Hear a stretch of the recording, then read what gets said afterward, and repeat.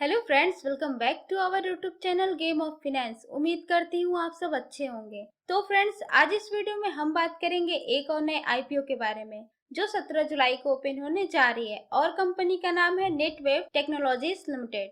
तो फ्रेंड्स, आगे इस वीडियो में हम जानेंगे कंपनी प्रोफाइल के बारे में, company financial, object of the issue, valuation, peer comparison, IPO detail, important date और करंट जीएमपी के बारे में, और जानेंगे कि क्या इस आईपीओ के लिए अप्लाई करना सही रहेगा या नहीं। तो चलिए शुरू करते हैं। तो सबसे पहले बात करें कंपनी प्रोफाइल की, तो नेटवेव टेक्नोलॉजी 1999 में स्टार्ट हुई थी और ये company high and computing service provide करती है। नेटवेव टेक्नोलॉजीज ऑफर करता है high performance computing system, provide cloud और एचसीआई एआई सिस्टम और enterprise work station, high performance storage, data centre server और सॉफ्टवेयर एंड सर्विसेज। ये तो बातें हो गई कंपनी से जुड़े डिटेल्स की। अब बात कर लेते हैं आईपीओ डिटेल की।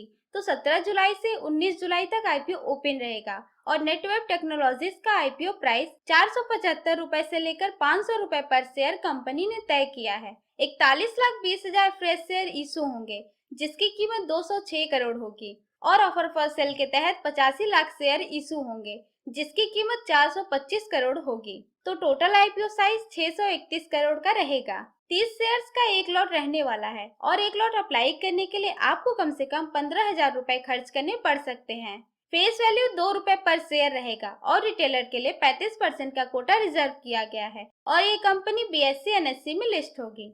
और अब बात कर लेते हैं आईपीओ के इम्पोर्टेंट डेट की। तो 17 जुलाई को आईपीओ ओपन होगा और 19 जुलाई तक आईपीओ ओपन रहेगा अप्लाई करने के लिए। 24 जुलाई तक आईपीओ अलॉट होने की उम्मीद है और जिन्हें आईपीओ अलॉट नहीं हुआ होगा उन्हें 25 जुलाई तक रिफंड मिल जाएगा और सब कुछ तय डेट के मुताबिक रहा तो 26 जुलाई तक डीमेट अकाउंट में शेयर क्रेडिट कर दिए जाएंगे और 27 जुलाई तक आईपीओ लिस्ट हो जाएगा। और अब बात कर लेते हैं ऑब्जेक्ट ऑफ द इशू की। तो कंपनी जुटाए हुए फंड का इस्तेमाल सरफेस माउंट टेक्नोलॉजी डेवलप करने के लिए, कैपिटल की जरूरतों को पूरा करने के लिए और लॉन्ग टर्म वर्किंग कैपिटल की फंडिंग के लिए करेगी और साथ ही टोटल बोरोइंग को कम करने के लिए और जनरल कॉर्पोरेट पर्पस के लिए भी फंड का यूज करेगी। ये तो बातें हो गई आईपीओ से जुड़े डिटेल की। अब बात कर लेते हैं आईपीओ के लिए अप्लाई करना चाहिए या नहीं। तो उससे पहले एक बार कंपनी का फाइनेंशियल चेक करना बहुत जरूरी है। तो आइए एक नजर कंपनी के फाइनेंशियल पे डालते हैं। तो बात करें सबसे पहले टोटल एसेट की, तो फाइनेंशियल ईयर 2020 में 50 करोड़, 2021 में 110 करोड़, 2022 में 148 करोड़ और फाइनेंशियल ईयर 2023 में कंपनी का टोटल एसेट बढ़कर 265 करोड़ का हो गया है। कंपनी के टोटल एसेट में लगातार ग्रोथ दिख रहा है। इसका मतलब कंपनी अपने एसेट में इन्वेस्ट कर रही है और अपने बिजनेस को बढ़ा रही है। अब बात कर लेते हैं टोटल रेवेन्यू की। तो फाइनेंशियल ईयर 2020 में 157 करोड़, 2021 में 144 करोड़, 2022 में 247 करोड़ और 2023 में 445 करोड़ का रेवेन्यू कंपनी जनरेट की है। नेटवेव टेक्नोलॉजीज के टोटल रेवेन्यू में ग्रोथ तो दिख रहा है, लेकिन 2021 में थोड़ी गिरावट भी कंपनी दर्ज की है। ओवरऑल कंपनी अच्छा सेल जनरेट कर पा रही है। और अब बात कर लेते हैं प्रॉफिट आफ्टर टैक्स की। तो 2020 में 3 करोड़, 2021 में 8 करोड़, 2022 में 22 करोड़ और 2023 में 46 करोड़ प्रॉफिट कंपनी बनाई है। कंपनी अपने प्रॉफिट में कंसिस्टेंसी ग्रोथ ही पाई है। 2021 में रेवेन्यू कम हुआ था, लेकिन उसका असर प्रॉफिट पे नहीं दिख रहा। नेटवर्थ 13 करोड़ से बढ़कर 93 करोड़ हो गया है और रिजर्व एंड सरप्लस भी 2020 में 7 करोड़ था जो 2023 तक बढ़कर 83 करोड़ का हो गया है। नेटवर्थ और रिजर्व एंड सरप्लस में ग्रोथ तो दिख रहा है।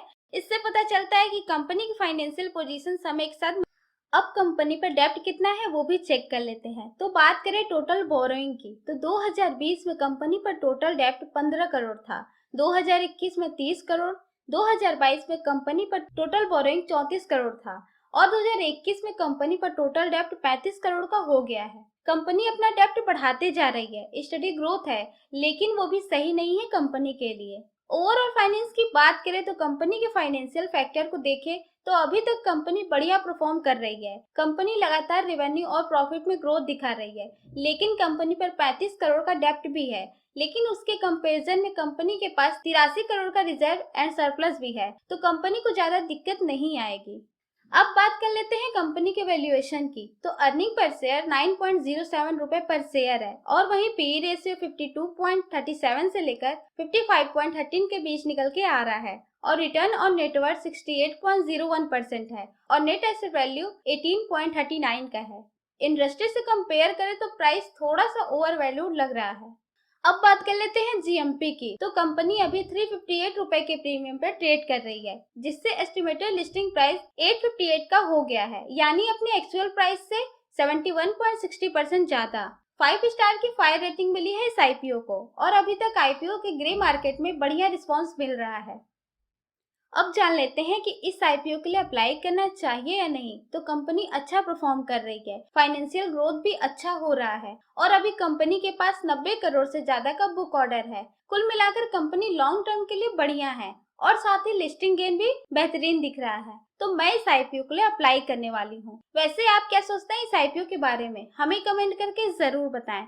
अगर आपको वीडियो पसंद आया हो तो वीडियो को लाइक करें और चैनल को सब्सक्राइब करके बेल आइकन को प्रेस कर दें और अपने दोस्तों के साथ शेयर करना ना भूलें। And thanks for watching.